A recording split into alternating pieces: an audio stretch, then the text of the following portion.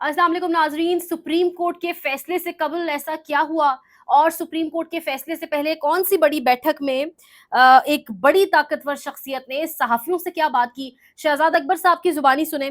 फिर मैं उसके बाद अगली कहानी आपको बताती हूँ। फैजाबाद धरना भी जहन में रखें, किस तरीके से मामलात, हामिद मीर के हवाले से भी खबर है। तमाम तर चीजों को रिलेट करेंगे। सबसे पहले आप ये सुने।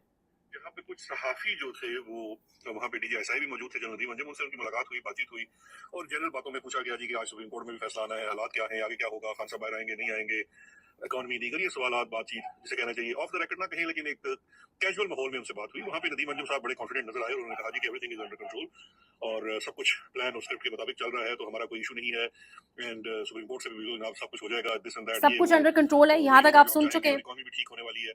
सहाफियों को जिनकी बात होती है वहाँ पे और उनको तंबीह की जाती है कि आपने ये वाली बात जो है अपने प्रोग्राम्स में नहीं करनी, जो वहाँ पे डीजी साहब ने बात की थी, उसको डिलीट फ्रॉम योर मेमोरी का हुक्म जारी हो गया। तो सूरत पहले हाल सहाफियों से बातचीत की गई और जब किसी ने सवाल पूछा तो कहा गया कि सब कुछ अंडर कंट्रोल है, सुप्रीम कोर्ट से मामलात को भी हम देख लेंगे, अपने हक में सारा कुछ कर लेंगे। लेकिन उसके बाद जब सुप्रीम कोर्ट का फैसला उसकी कुछ ही देर में आया तो उसके बाद हालात इस तरीके से तब्दील हुए कि बाकायदा कॉल्स करवा के उन सहाफियों को मना किया गया कि ये वाला पहलू अपने प्रोग्राम्स में डिस्कस नहीं करें। शहजाद अकबर साहब ने खबर ब्रेक की है। लंदन में बैठे पाकिस्तान तहरीक इंसाफ से इनका ताल्लुक हम सब जानते हैं, बड़ी अंदर की खबरें निकाल कर लाते हैं। अब इनका दावा है ये आपके सामने रखना इसलिए जरूरी था कि एक जानिब शहजाद अकबर साहब कह रहे हैं, इनका दावा है कि चीजें इनके हाथ से निकल चुकी हैं, वो कुछ और सोचे बैठे थे, हो कुछ और गया। दूसरी जानिब फैजाबाद में अचानक से 9-10 मुहर्रम से पहले टीएलपी क्यों बैठी है। उम्मीद कर सकते हैं कि बिल्कुल एक तिनका भी हालात खराब ना, और दुआ भी यही है क्योंकि अपने मुल्क के हालात खराब होते कोई नहीं देख सकता। लेकिन जिस तरीके से वो तस्बीह वाला सबको पागल किए बैठा है, किसी के कंट्रोल में नहीं है, जिस तरीके से पिछले 48 घंटों में मुल्क की सियासत यकसर तब्दील हो रही है, उसके बाद कुछ भी एक्सपेक्टेड है। मरी के अंदर इजलास हो रहे हैं, मरी के अंदर इजलास हो रहे हैं, इमरान खान की गुफ्तगू भी है, वो मैं आपसे शेयर करूंगी। लेकिन मरी के अंदर नवाज शरीफ से बाकायदा तौर पे कुछ खुफिया मीटिंग्स हो रही हैं, इजलास हो रहे हैं। इसमें नवाज शरीफ साहब ये कह रहे हैं कि मुश्किल का आप हमसे करवा रहे हैं और लाडला आप इमरान खान को बना रहे हैं। यानी पूरा सिस्टम इनके पीछे है, लेकिन ये कभी लाडला, कभी क्रश, कभी वो अजमा बुखारी साहबा कहती हैं लाडला, लाडले के पीछे निजाम बदल गया। यानी सिस्टम आपके पीछे है, बिठाया हुआ सिस्टम ने आपको हुकूमत में है, वो लाडला कैसे हो सकता है। एक जानिब और एक जानिब हामिद मीर साहब ये दावा कर रहे हैं, और हामिद मीर साहब कह रहे हैं खबर यह है कि 9-10 मुहर्रम के से पहले या 9-10 मुहर्रम के बाद हुकूमत जो है वो बराह रास्त सामने आएगी और एक बड़ा ऐलान करेगी और सुप्रीम कोर्ट का जो फैसला है उस पर अमल दरामद नहीं किया जाएगा, जो मखसूस नशस्तों वाला है। तो अब काजी साहब के फैसले को, यानी काजी साहब चीफ जस्टिस ऑफ पाकिस्तान है, उनकी सुप्रीम कोर्ट के फैसले को क्या ये मुस्लिम लीग नवाज डस्टबिन में डाल देगी, ये भी एक बड़ा सवाल है। और किस तरह सुप्रीम कोर्ट के फैसले पर अमल दरामद नहीं होगा, काफी इंटरेस्टिंग चीजें हैं देखने वाली। इमरान खान की भी गुफ्तगू हुई है।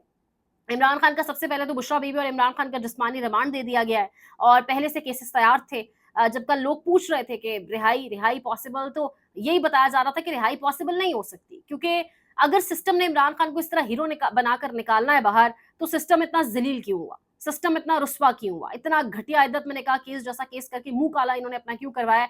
बेशक इमरान खान बाहर हीरो बन के आएगा, वो अंदर है वो तब भी हीरो है, लेकिन ये बर्दाश्त नहीं कर सकते, ये अभी उसको बाहर नहीं निकालेंगे। ये मजीद केसेस, इन्होंने एटीसी वाला केस ऑलरेडी पूरी जमानतें खारिज कर दी, इन्होंने नया केस तोशाखाना के अंदर बना लिया था कि बुशरा बीबी को अंदर रखा जा सके। इमरान खान और बुशरा बीबी का रिमांड दे दिया गया उस केस के अंदर, और इमरान खान की कुछ खुसूसी गुफ्तगू सामने आई है, वो आपके सामने रखेंगे कि इमरान खान साहब ने क्या बात की है। इमरान खान कह रहे हैं कि मुझे जेल में डालें, मेरी बीवी को तो छोड़ दें। एक मरतबा फिर से जंगल के बादशाह का जिक्र किया है, मेरी बीवी को बादशाह सलामत टारगेट कर रहे हैं क्योंकि मैंने इसको आईएसआई के ओहदे से हटाया और मेरी बीवी ने इसकी सिफारिश नहीं की। इमरान खान का जज से मुकालमा, जज साहब आप अल्लाह को जवाब दे हैं, आईएसआई को नहीं। बेहयाई के दर्जे की भी कोई आखिरी हद होती है। उन्होंने कहा है कि जो तवाइफ होती है वो जिस्म फरोश होती है और जो नैब है ये जमीर फरोश है। नैब और तवाइफ में कोई फर्क नहीं, चेयरमैन नैब और तवाइफा में कोई फर्क नहीं। नैब वाले रोबोट हैं, इनको तनख्वाह देकर जो मर्जी काम करवा लें। मैं सिर्फ अपनी बीवी की बात करता हूँ, इसको दोबारा गिरफ्तार करके बहुत गलत किया है। पहले आफ्ताब सुल्तान और दीगर लोग मुस्ताफी होने हुए क्योंकि गलत फैसले करवाना चाहते थे। दूसरा केस इसलिए बनाया है क्योंकि इनको पता चल गया है कि पहला सेट हमारे पास मौजूद है। तोशाखाना के केस की समात के आगाज पर इमरान खान ने मीडिया की गैर मौजूदगी पर एतराज किया, कहा अगर मीडिया नहीं होगा तो मैं वॉकआउट कर जाऊंगा।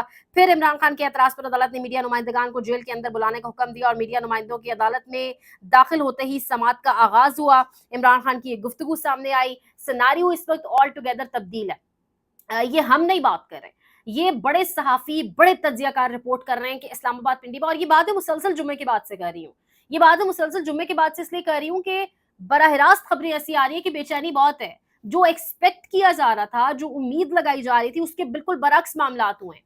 لیکن انٹرسٹنگ اور ٹوسٹ تب آیا ہے جب اس ساری سچویشن کے بیچوں بیچ آپ نے اسلام آباد کے, فیض آباد کے اوپر لا کے ایک سیاسی مذہبی جماعت کو بٹھا دیا ہے, جس کو آپ کی ایک ایکسٹینشن مانا جاتا ہے, جس کو آپ کا پلان سی پلان ڈی مانا جاتا ہے, اور وہ بھی اس وقت جب محرم اتنا سینسٹیو ٹائم آپ کے سر کے اوپر ہے. امید کرتے ہیں کہ یہ لوگ جس طرح خیریت سے آئیں اسی طرح واپس چلے جائیں. ہم اوبیسلی کسی پر بھی تشدد کیا جائے اس کے اوبیسلی حق میں نہیں ہے, نہ اسی کو بات کی جاتی ہے. امید ہے کہ آپریشن اور کچھ بھی نہ ہو اور یہ بس اٹھ کے آرام سے واپس چلے جائیں.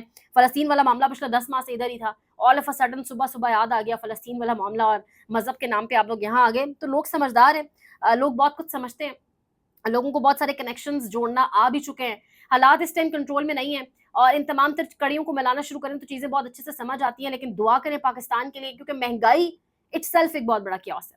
پولیٹیکل انسٹیبلٹی, آپ کے پارلیمان کے اندر ایک ایسی جماعت بیٹھی ہے جو دوسرے نمبر پر ہے. پہلے نمبر پر آپ کی جو جماعت ہے اس کا قائد لیڈر جیل میں. عوام جس جماعت کو نہیں چاہتے آپ نے اس کو بٹھا دیا حکمران بنا کر. تو کیوس اتنا ہی بہت ہے. اس سے مزید اگر کیوس نہ بڑھے تو بہتر ہے. ریڈ زون کے حوالے سے بھی کچھ خبریں تھیں صبح کہ باقاعدہ کنٹینرز وہاں پہنچا دیے گئے فیض آباد کے اندر جو دھرنا ہے, اس صورتحال کو مد نظر رکھتے ہوئے. تو دیکھتے ہیں مزید جو بھی اپڈیٹس ہوں گی آپ کو آگاہ کریں گے. اللہ پاک پاکستان پر اپنا رحم کرے. پاکستان زندہ باد.